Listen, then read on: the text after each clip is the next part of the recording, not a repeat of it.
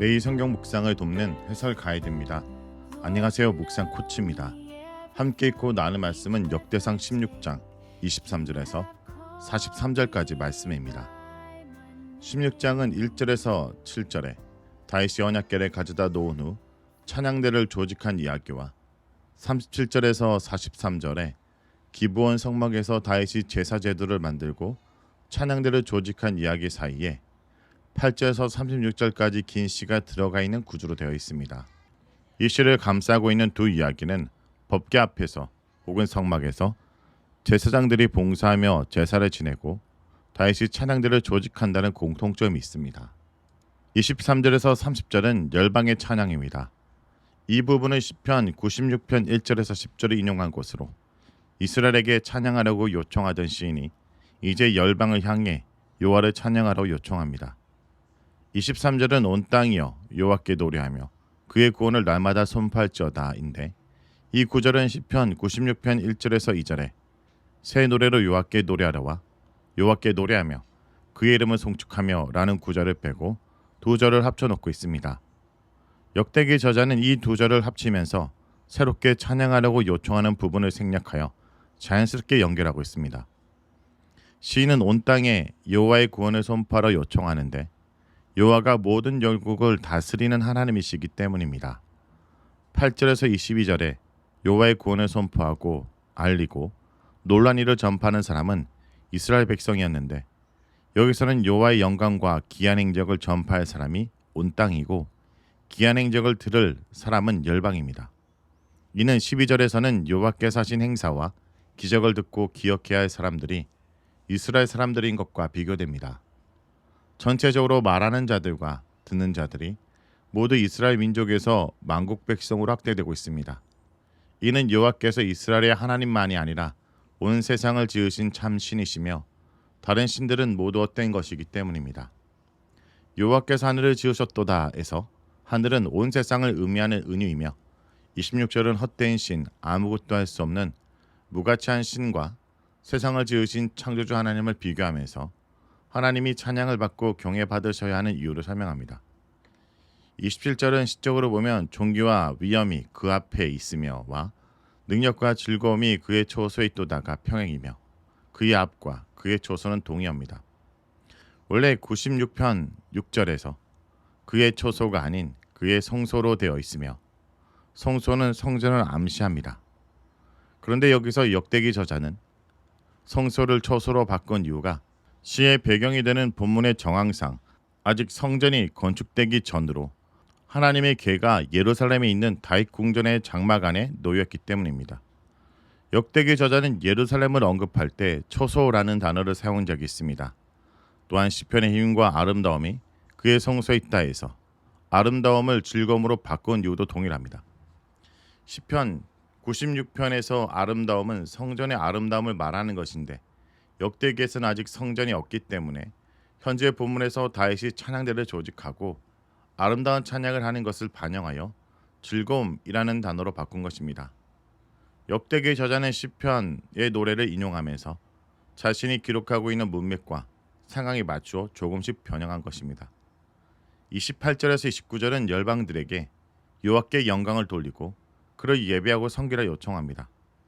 28절에서 제물을 들고 그 앞에 들어갈지어다 라고 말하는 것은 봉신이 왕에게 예물을 바치는 장면을 묘사한 것으로 인간이 신에게 제사를 드린 것을 상징합니다. 그런데 시편에서 그 앞에 대신에 그의 궁전에로 되어 있는데 시편은 솔로몬 성전을 가리키기 때문에 바꾼 것입니다. 30절은 온 땅이 그 앞에 떠는 것과 세계가 굳게 서서 흔들리지 않는 것이 서로 대조를 이룹니다. 온 세상은 하나님을 경외하고 두려워하며 떨지만 이른 하나님에 대한 두려움이 세상이 불의와 무질서로 넘어지지 않고 공평과 정의와 질서로 든든하게 세워지는 기초가 되기 때문입니다. 시편 96편 10절에서는 그가 만민을 공평하게 심판하리라 할지라도 라는 표현이 나오는 반면에 여기서는 생략되고 있습니다. 이 구문과 유사하게 하나님의 심판을 언급하는 13절도 생략되고 있습니다. 하나님의 심판을 생략함으로써 역대기의 시는 하나님께 대한 예배와 찬양을 강조합니다. 31절에서 33절은 우주 만물의 찬양입니다. 이 단락은 시편 96편 11절에서 12절에 인용한 부분으로 우주 만물에게 여호와를 찬양하라 요구합니다. 31절에서 32절의 구조는 하나님은 기뻐하고 땅은 즐거워하며 여호와께서 통치하신다. 바다와 거기 충만한 것들이 포효하고 밭과 그 가운데 있는 것이 즐거워한다로 하늘과 땅, 바다와 밭이 즐거워하는 것 사이에 여호와께서 통치하신다는 문구를 넣었는데 이 문장은 양쪽 모두에 걸리는 구문입니다. 이 구문을 통해 여호와가 통치하시기 때문에 만물이 기뻐하고 즐거워한다는 것을 분명하게 드러냅니다. 33절은 심판주로 오시는 여호와를 나무들이 큰 소리로 기뻐 외치며 환영하는 모습을 보여줍니다. 하나님께서 심판주로 오시는데 나무들이 기뻐하는 것은 하나님의 심판이 악한 자를 벌주고 선한 자와 자기 백성을 구원하여 상주며 정의와 질서로 세우기 때문입니다. 33절에서 36절은 여호와께 감사하라고 말합니다. 이 단락은 시편 106편을 인용하며 다시 하나님께 감사라고 요청합니다. 33절에서 감사하는 이유가 하나님께서 선하시고 인자가 영원하기 때문이라 합니다. 하나님의 선하심과 영원하신 인자에 대한 고백은 역대기와 시편이 자주 등장하는 문구인데 포로에서 돌아온 이스라엘 백성들은 자신들이 힘들고 어려운 환경 속에서도 하나님의 선하심과 인자심에 의지하여 하나님의 은혜를 받는 하나님 백성이라 생각하였습니다. 35절에 이스라엘 구원에 대한 열망이 강하게 나타납니다. 하나님의 선하심과 영원한 인자를 의지하여 이스라엘 백성들은 하나님께 자신들을 구원해달라고 만국 가운데서 건져달라고 요청합니다. 이 부분이 노래의 절정입니다. 여기서 시인은 하나님을 찾고 예배하고 감사하는 하나님 백성을 열국의 손에 구원해달라고 요청하고 있습니다. 여호와를 영원히 송축할 것을 약속하며 찬양을 마무리합니다. 36절 하반절은 다시 원래 이야기로 돌아와 백성들도 이 노래에 아멘으로 하답하며 같이 찬양에 동참합니다. 37절에서 40절은 기본 성막에서 제사를 드린 내용입니다. 37절에서 38절에 다윗이 다윗성에 놓은 언약궤 앞에서 섬기는 규칙을 만듭니다. 그는 아삽과 그의 형제에게 언약궤를 섬기는 직책을 줬고 당번 날을 정해주었고 그날 행할 일을 정해줬습니다. 이것은 다윗이 언약궤를 모시는 제의와 규칙을 제정했다는 의미입니다. 오벳에돔과 그의 형제 68명과 여두둔의 아들 오벳에돔과 호사를 문지기로 삼습니다. 여기서 문지기는 성막이나 법궤나 성전 경비를 담당하는 직책입니다. 39절에서 40절은 기본 상당에 있는 여호와의 성막을 섬긴 일에 대한 부분인데 당시 여호와의 성막이 기본 상당에 있다 말합니다. 원래 성막과 법궤는 같이 있어야 하는데 여기서는 성막과 법궤가 따로 존재합니다. 그렇기 때문에 다윗은 기본 산당에 있는 여호와의 성막을 섬기기 위해 사독과 제사장들을 세우고 아침 저녁으로 매일 규칙적으로 여호와께 번제를 드리게 하였습니다. 여기서 역대기 저자는 여호와의 율법을 따라 행했다고 강조합니다. 41절에서 43절은 찬양대 조직입니다. 41절에서 42절은 찬양대 조직에 대해 4절에서 6절에 언급된 것이 다시 언급되는데 찬양대의 임무는 여호와를 찬양하는 것입니다. 하나님을 찬양하는 이유는 여호와의 인자하심이 영원하기 때문입니다. 영원한 인자하심의 대상은 본문 자체에서는 다윗 왕조이지만 역대기를 기록한 정황에서 보면 이스라엘입니다.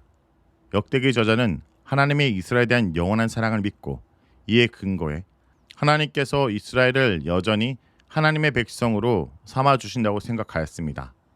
43절은 법궤를 옮기는 이야기의 마지막으로 3절과 연결되어 음식을 받는 사람들이 각자 집으로 돌아가고 다윗도 자신의 집을 축복하기 위해 집으로 돌아옵니다. 성도 여러분, 이스라엘의 구원과 회복은 자기 백성의 기도에 다시 언약을 기억하시고 긍휼을 베풀어 주시는 여호와의 인자하심과 선하심에 있습니다. 이것은 마르지 않는 찬양의 원천이고 섬김과 헌신의 이유이며 땅끝까지 전해야 될 영광스러운 진리인 것입니다. 오늘 말씀을 놓고 기도하겠습니다. 주님, 오늘도 우리 삶 가운데 살아계심을 감사드립니다. 살아가는 매 순간 하나님을 향해 온 땅에 여호와께 즐거운 소식을 전하라는 부르심 앞에 우리의 마음이 기쁨으로 충만해지게 하시고 진정한 예배의 자리로 나아가게 하여 주옵소서. 우리의 찬양이 단순히 노랫말에 머무르지 않게 하시고 거룩한 당신의 이름을 인정하며 예배자의 삶을 살게 하여 주옵소서. 우리의 마음이 늘 주를 찾고 주의 얼굴을 구하며 하나님의 임재 안에 거하게 하여 주옵소서. 예수의 이름으로 기도합니다. 아멘. Lord, you know me, every thought, each breath I take. You have called me by my name. Through the ages, through the lives your hand has made, now I stand here